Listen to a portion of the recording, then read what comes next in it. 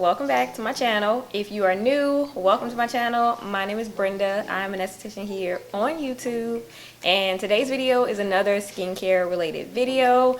It's an updated acne video about a year ago, which is crazy to think. Like a year ago I put up a video all about acne where I discussed the different types of acne as well as the causes for acne, and then lastly I talked about how to treat and combat acne, which if you've never dealt with acne,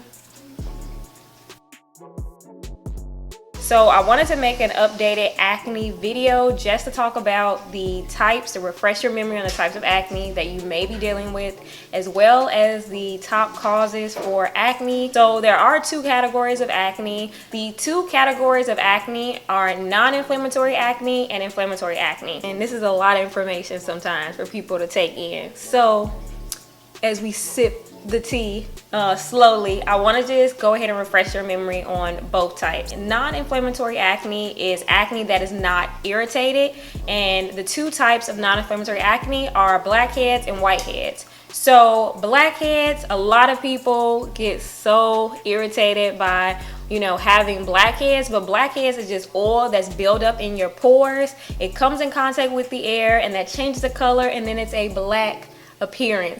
The other type of non-inflammatory acne is a whitehead. So a whitehead is oil and dead skin that's built up in your pore, and it has a white head to it. So those are the two non-inflammatory acnes, just so you know if that's what you're dealing with. Inflammatory acne, on the other hand, is actually irritated. Two types of inflammatory acne. One is papules, the other is pustules. So papules are oil, dead skin that builds up in your actual pore, and then lastly bacteria. And so with papules, it's a small elevation in the skin and it's red, it's highly inflamed. Then you have pustules. So pustules is oil and dead skin that's built up in the pore, and then lastly bacteria, and it has a white head to it. So this is our common pimple. Some of us are not unfamiliar with her. We know her very well, but pustules just have a white head to it. So now that I refreshed your memory on non-inflammatory acne and inflammatory acne, so I wanted to show you guys an example of non-inflammatory and inflammatory acne. So here's an example. It shows from non-inflammatory acne all the way to inflammatory acne. So just so you can have a visual of what it looks like. I want to talk about the different causes for acne because there are so many different factors that play into acne. So I just want to mention the 5 causes for acne and then the 1 bonus cause for acne. First cause for acne is that you are an oily and acne prone skin type. So I can relate to you. I am an oilier skin type. I deal with blackheads, I deal with whiteheads, and occasionally I'll deal with like some papules, pustules, and cystic acne. I just get them here and there, when I'm not eating that good. The next cause for acne is being under intense stress. So stress, in this new normal, we are all familiar with stress. And so with stress, when you're under intense stress, your body actually produces a hormone called cortisol to deal with stress, but cortisol also stimulates our oil glands and gets our oil pumping, and it makes our skin a lot more oily. And if your skin is more oily, you're more prone to break out. So if you have not taken time to really take out a set time for yourself during this crazy time we're in, since we are in this pandemic, I'm not judging you, but I would advise you to take some time for yourself. Taking some time for yourself and de-stressing and not thinking about everything that's happening, but trying to find healthy ways to deal with levels of uncertainty and anxiety is super important, because that's going to have an effect on your actual acne. So the next cause for acne is hormonal imbalance. So we all have hormones, but sometimes they don't want to act right. Hormonal imbalance is another cause for acne. In our earlier years, in our teen years, we have a hormone that starts to develop, and it's called the androgen hormone. This hormone actually is testosterone. So men have more testosterone than women, obviously, but this hormone starts to develop during our teen years, and this stimulates our oil glands and gets our oil pumping. So when we're younger, our skin is a lot more oily and we deal with acne. But as we go and we matriculate through, the different stages of our life and we get into our adulthood, we still deal with acne. So when our hormones are imbalanced, this actually triggers our oil glands to produce more oil. So hence why a lot of women deal with hormonal acne. And hormonal acne typically is right on the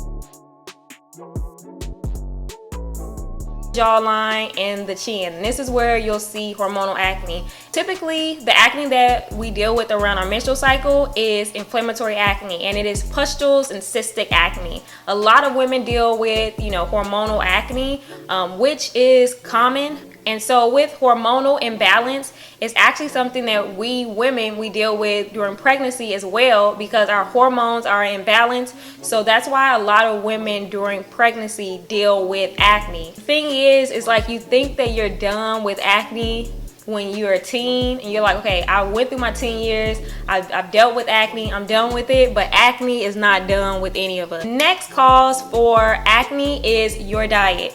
Surprise, surprise. People do not realize, like, even though we're in our new normal and people are dealing with mass acne, so many people have not come to terms with, they need to change up their diet. Diet is a huge factor when it comes to acne.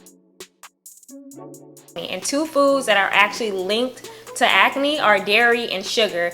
Yes, it always has to be the good ones. But dairy actually, because if you never thought about it, you have a cow, and cows are injected with growth hormones typically, and then that cow has its own set of hormones because it's a female cow. So then you're ingesting it and you have your own set of hormones. So it actually causes a hormonal imbalance. Dairy, it also doesn't break down the body good, so it makes you feel really like bloated, and it doesn't make you feel good. Really think about all the different foods that actually contain dairy. And so I personally have been dairy free for a while now. Of course, I dip my finger in some dairy here and there, ice cream particularly. Sugar actually causes inflammation in the body, and it actually increases oil production in the skin, so it makes your skin a lot more oily. Sugar is in everything, and when I say sugar is in everything, sugar is in everything. And if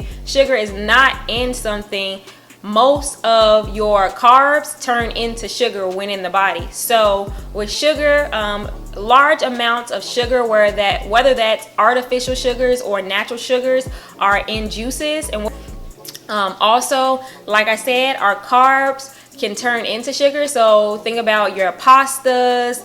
Also think about your dressing. So the last food that people don't really talk about, I don't hear people talk about, is gluten. So gluten is actually the protein that's in a lot of your carbs and your grains and everything. And a lot of people do not realize, but they are gluten intolerant. And so with gluten actually causes inflammation in the body. So it just further inflames your skin if you're dealing with acne, or if you're dealing with any inflammatory skin condition. Sometimes I'll make a joke because I'm in a grocery store and I'm looking at like what I'm buying, and I'm looking for gluten-free, dairy-free, and then I look for like the sugar content. I am like a ninja. Like, I just be looking like, wait a minute, wait, let me get the best, the healthiest option. And now that I gave you the 5 causes for acne, I want to just give you one bonus cause for acne, and that is, no surprise, wearing masks. So a lot of people are dealing with mask-acne, and with mask-acne, which is also known as acne mechanica, is not a new form of acne. And so with mask-acne, a lot of people don't realize, but when you have a mask on, most of your oil glands are located on your face, so you're producing oil in this area. Then you put your mask on, and your mask creates a very humid environment. You're breathing your breath. I'm not saying you have hot breath. You have oil, and so it's basically a breeding ground for bacteria to thrive. So 2 of my personal favorite acne fight ingredients that I think that would be great for you to incorporate if you are dealing with acne would be Allisonic Acid and Retinol. I love salicylic acid and I do use it in my regimen, but with Allisonic Acid and Retinol, I think these are 2 really great options to incorporate into your regimen if you are dealing with acne. Allisonic acid, since it is an antioxidant, I personally use Allisonic acid in the morning time. I used to use vitamin C, but these days I'm using Allisonic acid. And with Allisonic acid, you would use this once a day. You just want to use this in the morning or the night. So with Allisonic acid, I typically use it in the morning. So I use a gentle cleanser. Then I go in with my gel moisturizer, and then I go in with my Allisonic acid product. I personally use the Ordinary's Allisonic acid, which is a cream base, so it doesn't layer. I feel like you need to layer this last. Like if you have something that is a little bit of a thinner consistency, layer that before this. But I typically cleanse my skin, put on my gel moisturizer, put my Allisonic acid on, and then I go ahead and I finish it with my sunscreen. So the next acne fight ingredient that I think would be great to incorporate is retinol. So with retinol is my go-to night treatment. I typically don't use anything else at night. Like I typically just use my retinol every single night. If I'm not using retinol, I'll alternate and use maybe a product that contains, like for example, a salicylic acid in it, because that's really great for dealing with acne as well. Hopefully you gain some knowledge out of this video. Hopefully you check out some of the acne fight ingredients that I mentioned. I will leave a link for a couple products that have these acne fight ingredients in it down below. Make sure you actually share the video with someone else, and then also make sure that you subscribe to this YouTube channel, because I am a flourishing, growing esthetician that is just really trying to really help people. So if you find this helpful, share it with someone else, and yeah, just pass the knowledge around. Bye bye.